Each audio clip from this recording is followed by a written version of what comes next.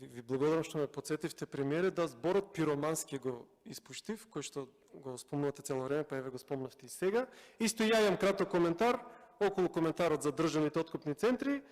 Тогаш, кога тоа се случувало, нели, кога биле тие работи под државата, имаше развој, имаше живот, имаше наталитет и луѓето седеа тука и државата се развиваше.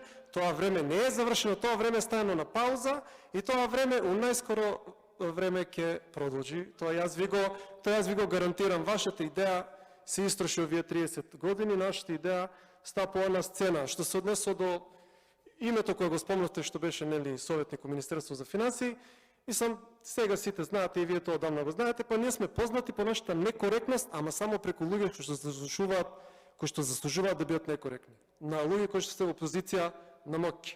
Така да, толку е околу тоа. Кога спомнавте, нели, напад на јака држава, на слаба држава, а мислев ќе кажете за бомбардирањето на НАТО на СР Југославија, ама очигледно се излажав.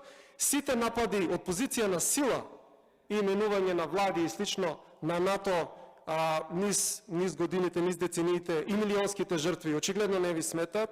Значи, тука станува збор само политичките околу го ви одговара го спомнувате. Што се однесува до Европскиот пат, исто тука сите знаат и може да видите во статутот на Левица, да, Левица е анти-НАТО, ама Левица е про-ЕУ, така да европските интеграции стојат во основачките документи на Левица. Има тука исто флоскулата чист македонски јазик, значи нема нешто по-смешно и по-понижувачко 21 век да се фалите со некој чист македонски јазик.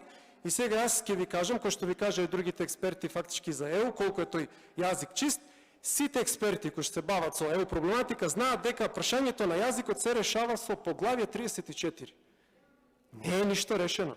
Тогаш кога ќе ни стават бугарите вето и кога ќе бараат од нас да признаеме дека македонскиот јазик потекна фактички од бугарскиот јазик, тогаш да видиме фактички што ќе правиме, иако јас мислам дека нема ни да стигнеме до таму, ама нешто што е различно од сега и претходно е тоа што вие своеволно и свесно ја прифативте бугарската декларација која што тврди дека, нели, македонскиот јазик не постои, дека македонскиот јазик всушност е дека е дијалект на бугарскиот јазик.